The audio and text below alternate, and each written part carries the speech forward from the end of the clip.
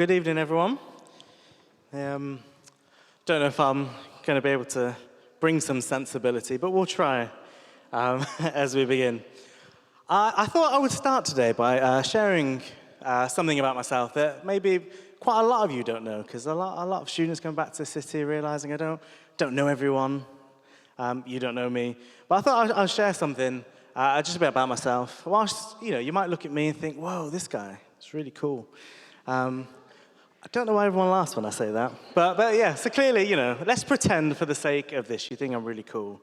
But what you don't know, what you probably don't see, is that deep down, I'm actually like a really, really big nerd, really big geek at heart.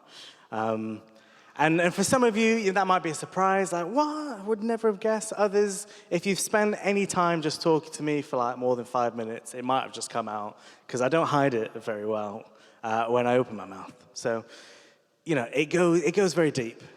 And there was a good period in my life where there was, every year, I would make sure I would watch all of the Doctor Who series.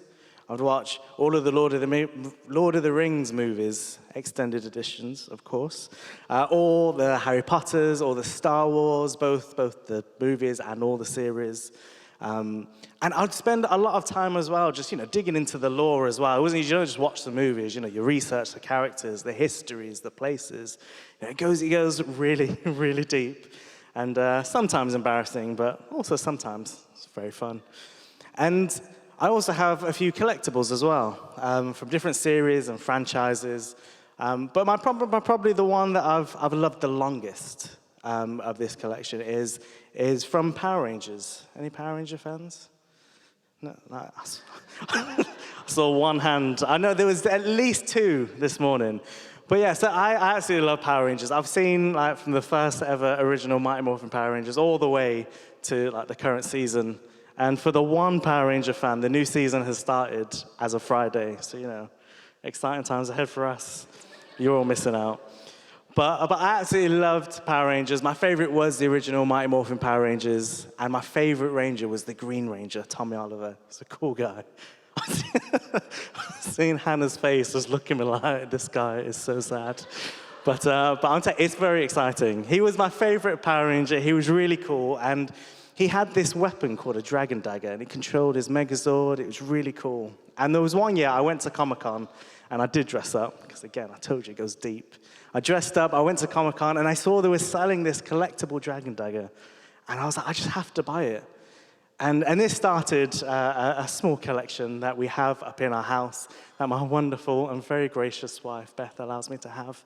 But there's a picture of it. You might be able to see it. And it's a small collection. And, I've got a few things there. I got the helmet. What you can't see is that under that helmet, I have a massive grin. I was so happy. I was trying to look all cool, but I was just smiling my head off. And it was amazing. And, I can see you probably sitting here thinking, Andrew, why on earth are you talking about Power Rangers? Why are we having to see these pictures other than the fact that they're really cool? I mean, look at that. It's brilliant. And it's because as we continue our vision series today, we're thinking particularly about how we join in with church life with a particular focus on teams and the way that we serve church and what does that even mean for us. And when I think about teams, the first thing that comes to mind is Power Rangers. You've got this group of people coming together to work and save the world from evil. It's brilliant.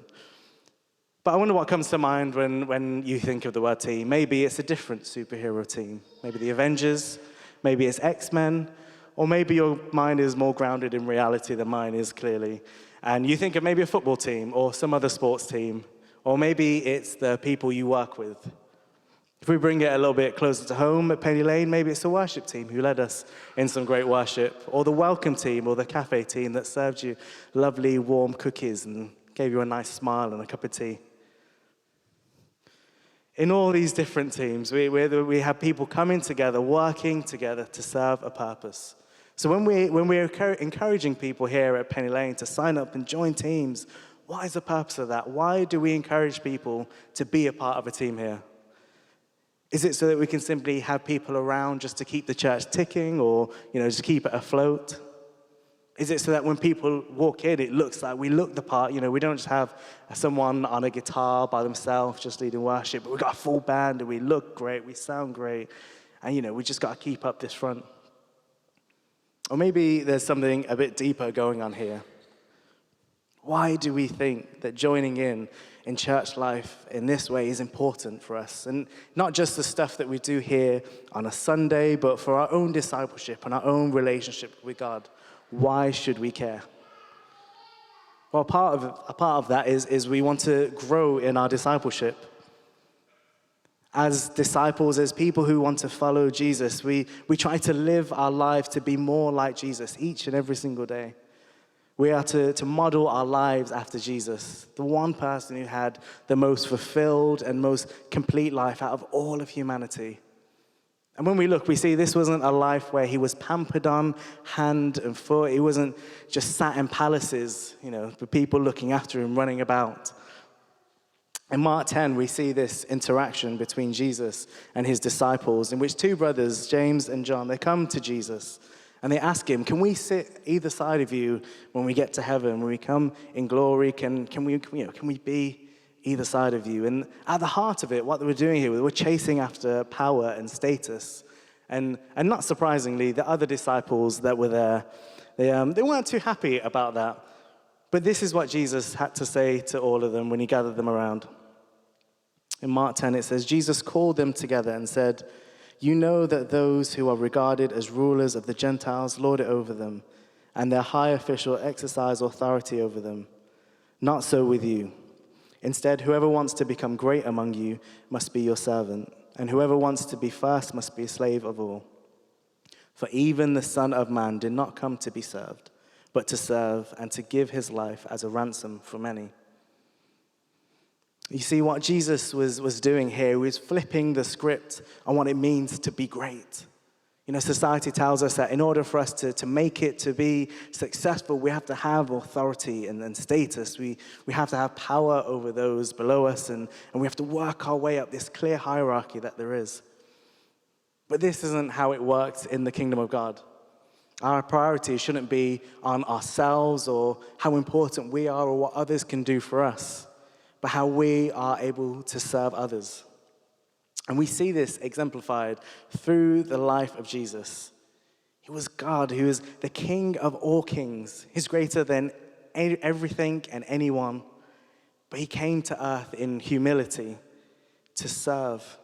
And not only just to serve, but he came to serve, and we see him serving alongside the weakest of us, the poorest, those who were deemed unworthy, the people who society just completely rejected. It was these people we see him serving alongside, walking with in life. But not only did he do that, he then went on to die for us. It was a brutal death on the cross. And he did all of this because he loves us. That Jesus is showing us a new way of living, and we are to follow his example. In John 13, verses 34 to 35, Jesus says, a new command I give you, love one another. As I have loved you, so you must love one another. By this, everyone will know that you are my disciples, if you love one another. The beauty here is that actually it was God that loved us first. And it's because of this love that's freely given, our lives are then able to be transformed because of it. And as our lives are transformed, we're also called in to love others as well, to lay our lives down in service for others. And I'm not saying that all this just so that we go away from here, we sign up to teams, and we can feel good about filling our rotas here in church. That's not what this is about. The primary aim is how can our hearts and our minds be transformed, continually be transformed, and to be more like Christ as we grow together in our discipleship. And also, as we learn to serve, we can also grow closer to God. See, as we serve, we're reminded this morning, just during a time of prayer, that as we serve and as we come as teams here, we're in an act of worship. We're not just serving for ourselves, but we serve so others can come closer to God as well. We're saying, Lord, here we are, use me to see your kingdom come. But not only do we grow closer to God in that, we also grow closer in community.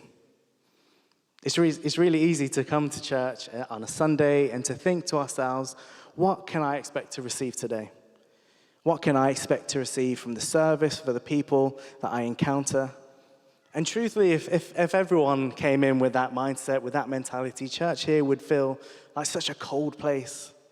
If everyone was only looking to receive and not to give, everyone would be leaving feeling pretty empty. But thankfully, we can say that that's not actually the case here. But what we do have to be mindful of as we live, as we work and serve in community, is that it's not just the same few people that are constantly giving out, constantly pouring out, whilst the rest just sit and receive. Because otherwise, these people will burn out. We all have a part to play in the kingdom of God. Galatians 5:13-15 says, "You, my brothers and sisters, were called to be free, but do not use your freedom to indulge the flesh. Rather, serve one another humbly in love. For the entire law is fulfilled in keeping this one command: love your neighbor as yourself. If you bite and devour each other, watch out, or you will be destroyed by each other." As we live and we serve in community together, we do so in a mutual beneficial way. We don't need to worry about how are our needs going to be met, because as we work, as we serve, and we pour out onto others, then the others who are around us will also be pouring out, and our needs will be met as we work together in that. When I first moved to Liverpool as a student back in 2015, I remember going along to the church search that the Christian Union put on, and I went with the hopes of finding the right church.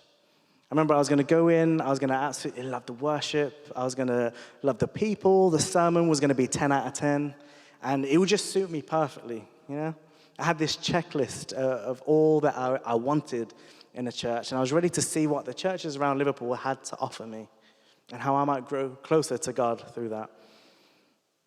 But 3 months after starting uni and trying out multiple different churches, I still hadn't found the one. And it was in December, towards the end of that first semester, I had a friend and they invited a couple of us to go along to their church with them for a service. And it was a small little church over in Tuebrook. It was mostly a Nigerian congregation. And if I'm being honest, it was quite the opposite from anything I had on my checklist, other than the fact that the people were so lovely and so welcoming. But I remember going in and feeling quite challenged and quite convicted by God in those few months. In those few months, I had been so very much inward-looking and selfish in my approach to church and only concerned with what they might have to offer me. And when I went into this church, I was like, they've got nothing they can offer me. Who is this church? But I was really convicted by that. I really felt God just challenged me on that. So when I went back in January, I took some time and I said, Lord, how best can I serve your kingdom? What is it you want from me in this time? How can I give? How can I serve? And as it happened, my friend's church over in Tuebrook, their drummer that they had was about to leave, and I can't remember where they're moving to, but they're moving somewhere. And I'd been playing drums for a few years, so I was all right. Nothing like what we have here. They're absolutely amazing. In worship, I was thinking, Tom just looks like a little octopus. The way he's just all over the kit. It was amazing. But sorry, I digress. But I thought, Lord, I can go here and I can serve in this way. So off I went, and I went in, and it didn't take me very long to realize how wrong I was for discounting them so quickly, thinking I would gain nothing from there. The community that were there welcomed me in so quickly, so lovingly, and I didn't expect anything. I thought I would just go and I'd be like, it's just a place for me to serve, and then, it'll be fine. But in reality, I realized that actually, even though I was giving, I was receiving so much more. The community, they blessed me with community, with friendship, and with jollof rice as well. If you've never had it, highly recommend it. It's amazing, amazing rice. Personally, I prefer the Nigerian take on jollof rice. I don't know if that offends anyone. I'm sorry. But I was very happy at this church, and it was incredible. Every week, they would come in, and they would just bring just heaps of jollof rice and chicken and give it to the students and bless them. And I didn't realize how much of a blessing this was until I would go to work in the week, and I'd see all my friends there with their little rubbish sandwiches, and I've just got an actual proper meal. And I was like, oh my goodness, this is amazing. But they really knew how to do community, how to give and how to serve one another. And I really learned a valuable lesson there.